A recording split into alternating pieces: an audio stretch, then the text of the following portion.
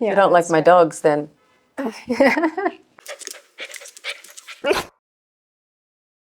Hi, Shibani. Hi. Thanks so much for being our guest on Thank you. Dog People. Thank you so much for having us. We're so excited for Gigi to be here. Yeah, this is Gigi's first shoot.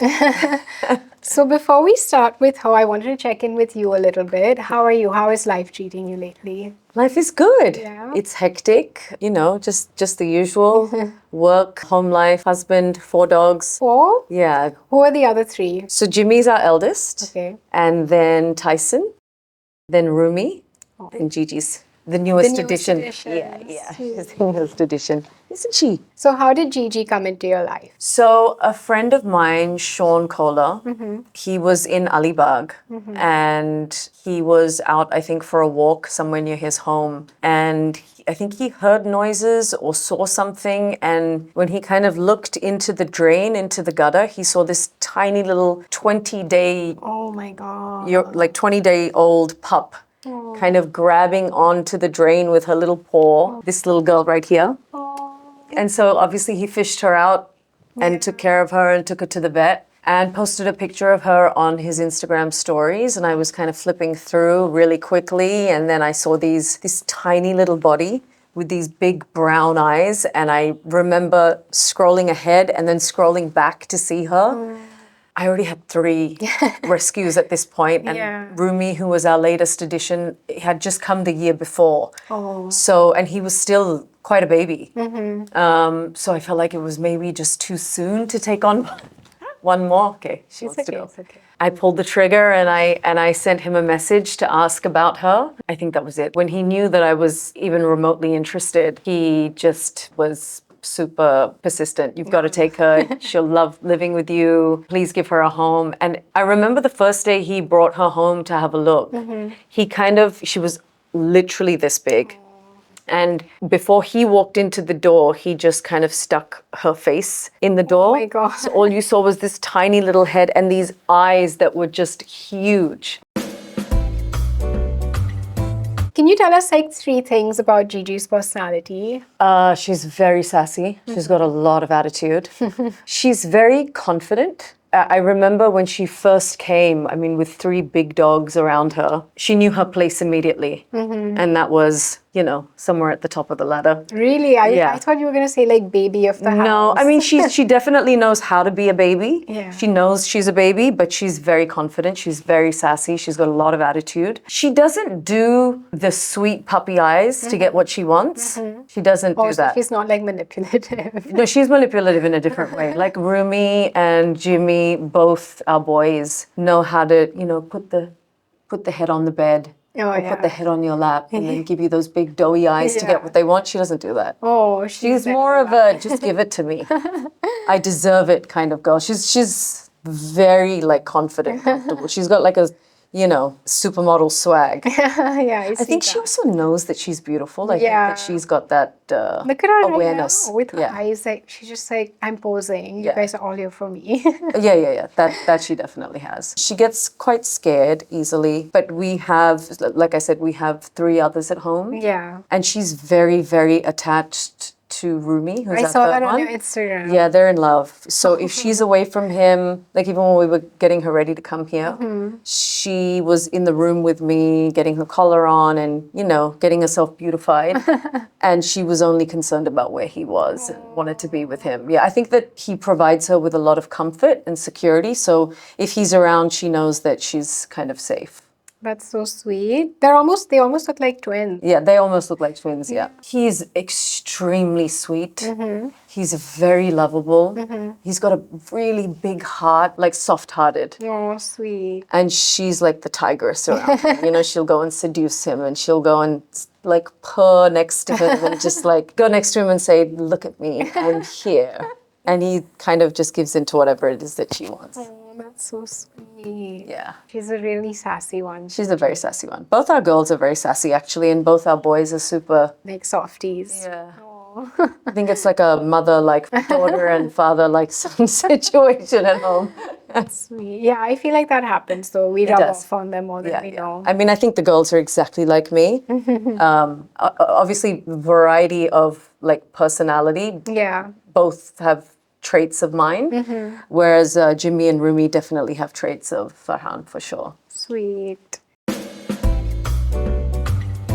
Has Gigi ever embarrassed you in public? The most embarrassing thing for us is when they go out for walks, you know, because they kind of They become one. terrorize the neighborhood. And they're not actually scary. They're scared of all of them. All of them are scared of other dogs or people. They're not very good socially, but they really look out for each other when they're together outside. I either look out for each other or rile each other up. I remember that Farhan called me one day and he said that the dogs are out for a walk and people are literally crossing the street to get away from them.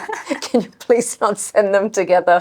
So we had to start sending them separately because I think they find their strength when they're outside of their property, right? So it's suddenly like the four of them are taking on the world.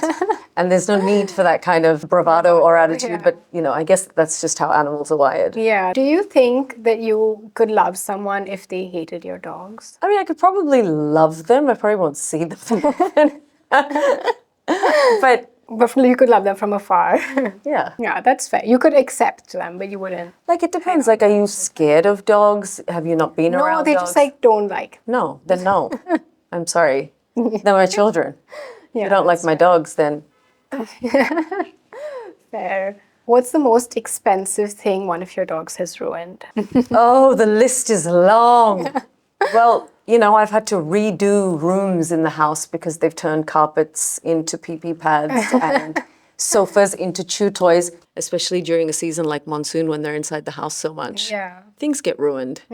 So But I mean, it's their home, you know, so yeah. as mad as you get, they don't understand the difference between really great carpet and the floor, you know, or the sofa and a chew toy. Yeah. It can be a little frustrating at times. Yeah. But I mean, they're my kids. Yeah, and that's why we love them. Just wish they behaved better. Do you think that's possible?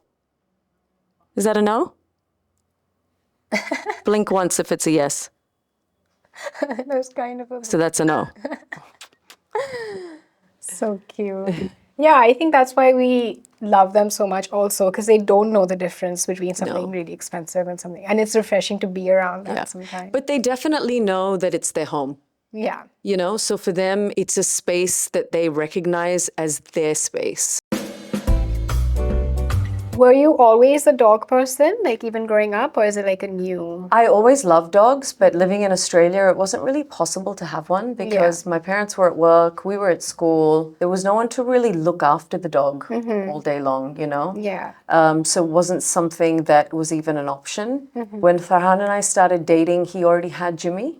Oh. So Jimmy automatically and technically became my first baby. Oh. I think he had Jimmy for about a year before we started dating. So he was also quite a pup when I met him. Yeah. And he's 8 now.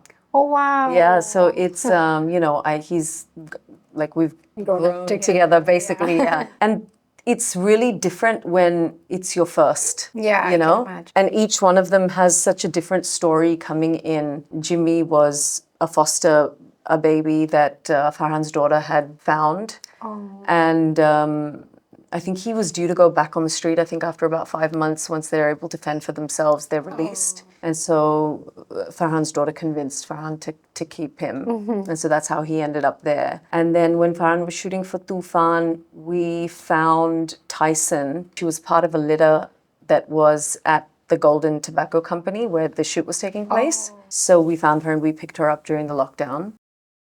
Rumi was found on Bandstand by 2 people that work for us at home. Anu, who's sitting there. Oh. Found Rumi, and so I think they were taking Jimmy Tyson for a walk and spotted this tiny little 45-day-old pup Oh my God. who looked like a golden retriever, who is not a golden retriever. So in some way, all 4 of them have been rescued. Yeah. Which is great. That's kind of, you know, I think we're so used to indies. They've become a part of our life completely. No, that's amazing. And I always think it's so great when people have indies because they're so, I feel like they just want love. And as soon as they're given that, they just like give themselves to you fully. Yeah. And they're so resilient. They're so smart. Like, yeah. And I think that there's a misconception out there that, you know, I mean, obviously, you know, having a dog is work. It's like having a child. Yeah. In many ways, it can be a little bit tougher because they're babies forever.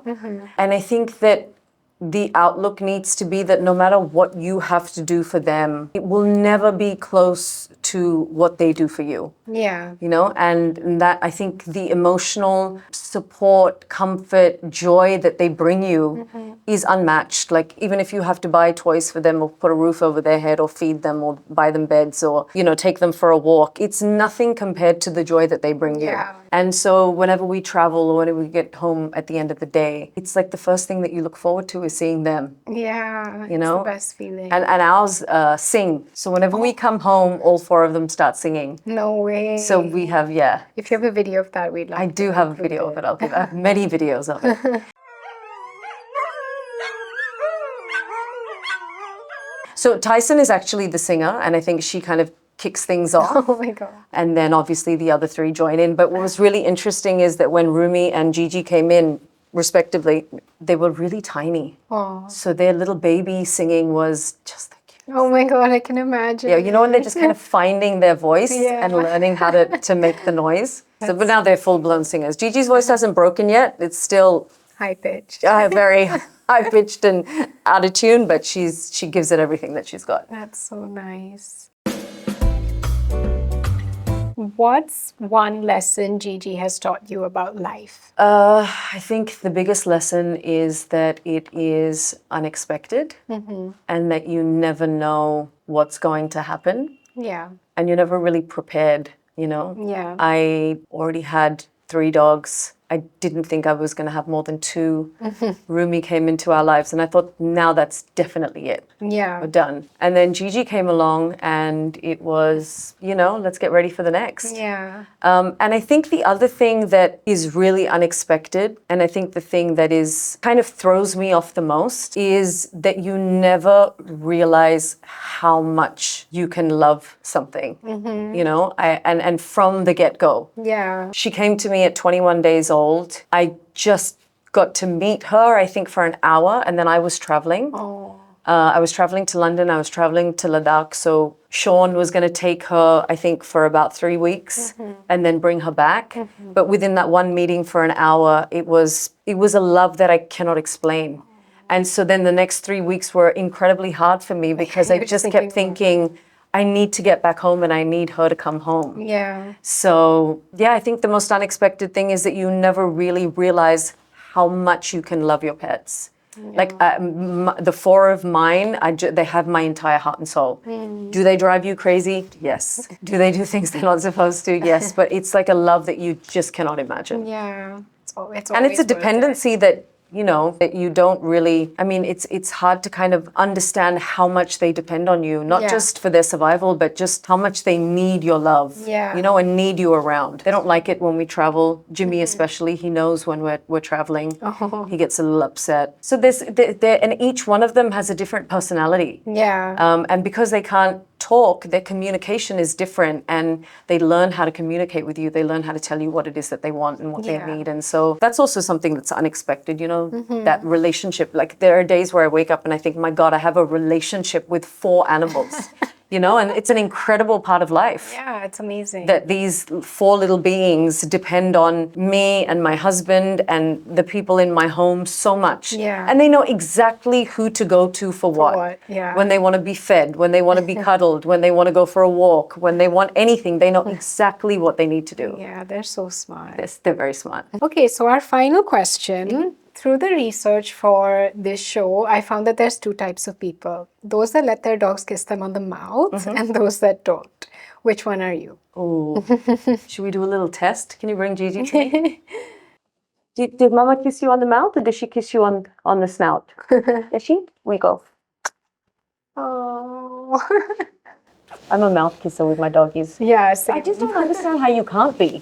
No. I don't get it. Although she doesn't like it very much. Tyson loves it. Rumi is fine with it. This one.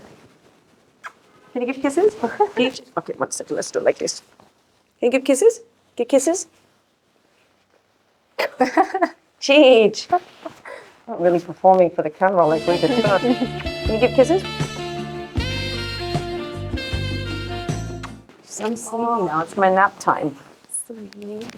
We are definitely mouth kisses. Yes. Yeah. Gigi may not be, but you are. Gigi is not so much. But actually, she does kiss back quite a bit. Thank you, Shibani. Thank you so much. Gigi. Say thank you, Gigi. This is her first shoot, so I think she's done pretty okay. She did such a great job. Did okay. Good girl. Thanks, everyone, for watching. Thank you so much. Before we go, I'd like to talk about an abandoned golden retriever named Max. On the night of 17 July 2025, around 12:30 a.m., this beautiful golden was cruelly abandoned near Lodha Upper Thane's gate number 3.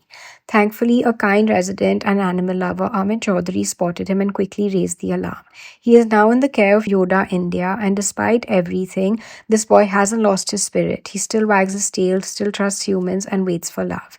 He has one cloudy eye because he's partially blind and a heart that sees only kindness. He is living proof that resilience shines brighter than neglect. If you or anyone you know is interested in adopting Max, please get in touch with Yoda Mumbai.